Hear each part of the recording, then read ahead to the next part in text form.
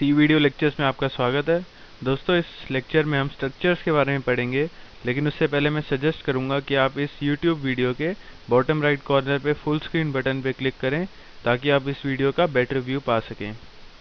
मैं स्ट्रक्चर्स की बात कर रहा था। What are structures? स्ट्रक्चर्स हमारे जो होते हैं उसके अंदर हम वेरिएबल स्टोर करते हैं और उनका डेटा टाइप सेम भी हो सकता है और अलग भी हो सकता है। जैसे कि हमने अभी तक एरेज में पढ़ा है, हम एक ही डेटा टाइप के वेरिएबल्स बना सकते हैं। सपोज मैं एक एरे बनाता हूँ इंटीजर का और इसका साइज मैंने रख दिया 10। इसका मतलब ये है कि मैंने 10 वेरिएबल्स बना दिए, A0 A1 A2 ऐसे करते करते A9 तक, लेकिन सबका जो डेटा टाइप है वो इंटीजर है। एरेज में हम ये कर सकते हैं कि हम कितने भी वेरिएबल्स बना सकते हैं उसका साइज स्पेसिफाई करके, लेकिन उसका डेटा टाइप एक ही होता है। जैसे इस केस में इंटीजर है। अगर हमें दो डेटा टाइप चाहिए, फ्लोट और इंट, तो हमें अलग अलग एरे बनाने पड़ेंगे। लेकिन स्ट्रक्चर्स में दोस्तों क्या होता है, हम अलग अलग डेटा टाइप के वेरिएबल्स बना सकते हैं। तो स्ट्रक्चर का सिंटैक्स होता है कीवर्ड स्ट्रक्ट, उसके बाद कोई भी स्ट्रक्चर नेम देख सकते हैं। जैसे वेरिएबल नेम होता है वैसे कोई भी स्ट्रक्चर नेम देख सकते हैं। सपोज मैं दे देता हूँ बुक, और इसके अंदर मैं कोई भी वेरिएबल डाल सकता हूँ। एरे में हम एक ही वेरिएबल डाल सकते हैं, मतलब एक ही डेटा टाइप के डाल सकते हैं। इसमें मैं कोई भी डेटा टाइप के डाल सकता हूँ। सपोज मैं पहला एक डाल देता हूँ कैरेक्टर बुक नेम, इसका मैं एरे बना देता हूँ, यानी कि एक स्ट्रिंग बना दी मैंने। तो एक कैरेक्टर डेटा टाइप बना लिया और एक इंट पेज नंबर, ये एक दूसरा डेटा टाइप बना दिया। यानी कि आप देख सकते हैं मैंने अलग अलग डेटा टाइप बना दिए, कैर और इंट। लेकिन एरेज में ये पॉसिबल नहीं है। एरेज में हम सिर्फ एक ही डेटा टाइप पे बना सकते हैं।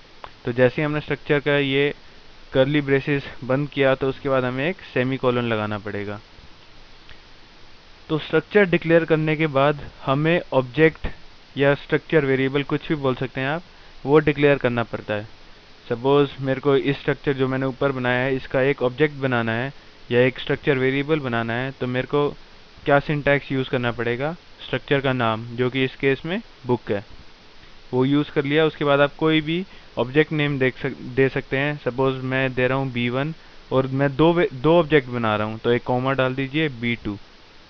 ये मेरे दो ऑब्जेक्ट बन गए बुक स्ट्रक्चर के और उनका नाम है B1 और B2। अगर मैं एक ही बनाऊं तो B1 के बाद सेमी कॉलन कर दीजिए, लेकिन अगर मैं दो बना रहा हूं सपोज, तो मैं B1 B2 कोई भी नाम दे सकते हैं। मैंने B1 B2 दे दिया और सेमी कॉलन लगा दिया।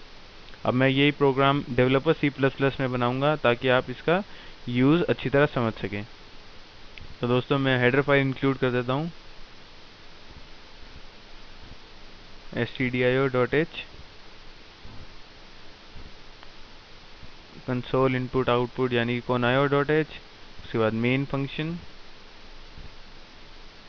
अब मैं एक स्ट्रक्चर बना देता हूँ, वही का वही स्ट्रक्चर जो हमने अभी वर्ड फाइल में देखा था। स्ट्रक्चर बुक, स्ट्रक्ट कीवर्ड, उसके बाद बुक। अब इसमें मैं लिख देता हूँ कैरेक्टर बुक नेम और 25 साइज दे देता हूँ। यानी कि मैंने एक कैरेक्टर का एरे जिसको हम स्ट्रिंग भी बोलते हैं वो बनाया है और इसका साइज मैंने 25 कर दिया है। अब मैं एक इंट पेज नंबर भी कर देता हूँ, एक वेरिएबल मैंने ये बना दिया। अब मेरे को ऑब्जेक्ट्स बनाने, क्योंकि हमें पता है जब स्ट्रक्चर बना चुके हैं हम तो उसके बाद ऑब्जेक्ट बनाना होता है। पहले मैं सेमी कॉलन यहाँ लगा दूँ। अब मैं एक ऑब्जेक्ट दो ऑब्जेक्ट बना देता हूँ इस स्ट्रक्चर के। तो स्ट्रक्चर का नाम, फिर स्पेस, फिर ऑब्जेक्ट का नेम, कॉमा, ऑब्जेक्ट का दूसरा नाम और सेमी कॉलन। मैंने दो ऑब्जेक्ट बनाए हैं B1 और B2। अब मैं प्रिंट कर देता हूँ print F enter book name. ये आउटपुट स्क्रीन पे प्रिंट हो जाएगा एंटर बुक नेम। तो यूज़र एंटर करेगा बुक नेम, स्कैन एफ, जो भी ये बुक नेम एंटर करेगा उसको हम इस स्ट्रिंग में स्टोर करा देंगे।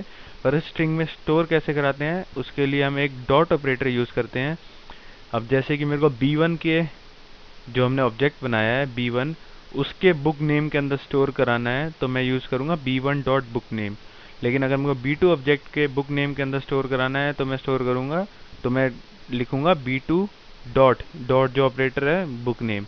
यानी कि अगर मैं एक ही ऑब्जेक्ट बनाता तो मेरे को b1 डॉट बुक नेम ही लिखना पड़ता, लेकिन अगर मैंने यहाँ पे दो ऑब्जेक्ट बना दिए तो मेरे को अलग अलग भी लिख सकता हूँ, जैसे कि b2 डॉट बुक नेम। हम कितने भी ऑब्जेक्ट बना सकते हैं एक स्ट्रक्चर के, और उस ऑब्जेक्ट के साथ डॉट ऑपरेटर लगा के इसके वेरिएबल को हम एक्सेस कर सकते हैं, जैसे कि मैं बुक नेम करूँगा। मैं आपको अभी ये करके दिखाता हूँ। तो हमें पता है कि इनपुट के लिए %s लेते हैं स्ट्रिंग केस में, 2 %s ले लेता हूँ क्योंकि मैं 2 इनपुट करा देता हूँ। 2 बुक के नाम इनपुट करा दूंगा, तो पहला नाम मैं b1 के अंदर स्टोर कर दूंगा। तो उसके लिए मेरे को क्या लिखना पड़ेगा, ऑब्जेक्ट का नाम डॉट ऑपरेटर यानी कि b1 डॉट, उसके बाद कोई भी जो भी हमने वेरिएबल बनाया है यहाँ पे, जैसे कि book name, b1 dot book name, फिर कॉमा, क्योंकि मैं 2 एंटर करा रहा हूँ, 2 बुक्स के नाम एंटर करा रहा हूँ, तो b2 डॉट बुक नेम, क्योंकि यहाँ मैंने 2 बुक के एंटर कराए हैं, 2 बार %s लिखा है, वैसे ही b1 dot book name, b2 dot book name. तो जो भी हम पहला नाम एंटर कराएंगे वो b1 ऑब्जेक्ट के बुक नेम के अंदर स्टोर हो जाएगा, जो भी हम दूसरे बुक का नाम डालेंगे वो b2 ऑब्जेक्ट के बुक नेम के अंदर स्टोर हो जाएगा। तो यहाँ पे हमने बुक नेम एंटर करा दिया। अब मैं दोबारा प्रिंट कर देता हूँ, प्रिंट एफ एंटर टोटल, पहले न्यू लाइन करेक्टर लगा देता हूँ ताकि ये नेक्स्ट लाइन में प्रिंट होए। Enter total number of pages, तो ये दोनों यूज़र जो है वो दोनों बुक के पेजेस एंटर करेगा। तो स्कैनफ %d, क्योंकि हम इंटीजर इनपुट करा रहे हैं %d, तो पहला जो है वो हम b1 डॉट पेज नंबर के अंदर स्टोर कर देंगे, और दूसरा जो है हम वो b2 डॉट पेज नंबर के अंदर स्टोर कर देंगे। इसके आगे एम्परसेंड साइन भी लगा देते हैं हम, क्योंकि ये इंटीजर है, स्ट्रिंग नहीं है, तो एम्परसेंड साइन लगाना पड़ेगा। स्कैनफ में हम इंटीजर के आगे एम्परसेंड साइन लगाते हैं, हमें पता ही है। तो अब हमने जो भी एंटर कराया है वो स्टोर हो चुका है। हमने क्या एंटर कराया है, हमने दो बुक नेम एंटर करा दिए जो कि b1 के और b2 के बुक नेम के अंदर स्टोर हो गए। वैसे ही हमने 2 page number, total number of pages उन बुक के हमने एंटर करा दिए, और वो भी b1 और b2 के पेज नंबर में स्टोर कर दिए। अब जो भी हमने एंटर कराया मैं वो प्रिंट कर देता हूँ आउटपुट स्क्रीन पे। प्रिंट एफ बुक नेम, दोनों बुक के नाम प्रिंट कराता हूँ जो यूज़र ने एंटर कराए हैं, %s, और हमें पता है यूज़र ने जो भी एंटर कराया है वो कहाँ स्टोर हुए हैं, b1 डॉट बुक नेम और b2 डॉट बुक नेम। और सिमिलरली मैं पेज नंबर भी प्रिंट करा देता हूँ, total number of pages are, इसमें भी %d b1 dot page number, b2 dot page number. मैं गेट ch लगा देता हूँ ताकि आउटपुट विंडो क्लोज ना हो। ये प्रोग्राम हमारा रेडी है। अब मैं इसको कंपाइल कर देता हूँ कंट्रोल F9 से। ये कह रहा है 0 एरर्स, अब रन कर देता हूँ कंट्रोल F10 से। एंटर बुक नेम, सपोज मैं डालता हूँ ABC और XYZ। अब ये पूछेगा enter total number of pages. अब मैं सपोज पहली बुक के 100 पेजेस डाल देता हूँ, दूसरी के 150 डाल देता हूँ। तो मैं जैसे ही एंटर की प्रेस करूँगा आप देख सकते हैं book name is ABC XYZ, जो हमने 2 एंटर कराए हैं, और total number of pages are 100 and 150। अगर आप इनके बीच में स्पेस भी देना चाहते हैं तो वो भी हो जाएगा। तो दोस्तों मैं उम्मीद करता हूँ आपको स्ट्रक्चर समझ आ गए होंगे।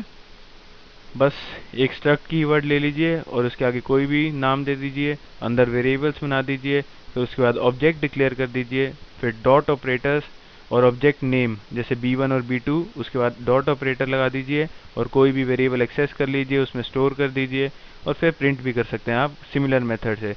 सपोज मैंने पहले b1 डॉट बुक नेम के अंदर को स्टोर करा दिया, तो मैं प्रिंट भी b1 डॉट बुक नेम अगर मैं प्रिंट कराऊंगा तो जो हमने स्टोर कराया है वो प्रिंट हो जाएगा।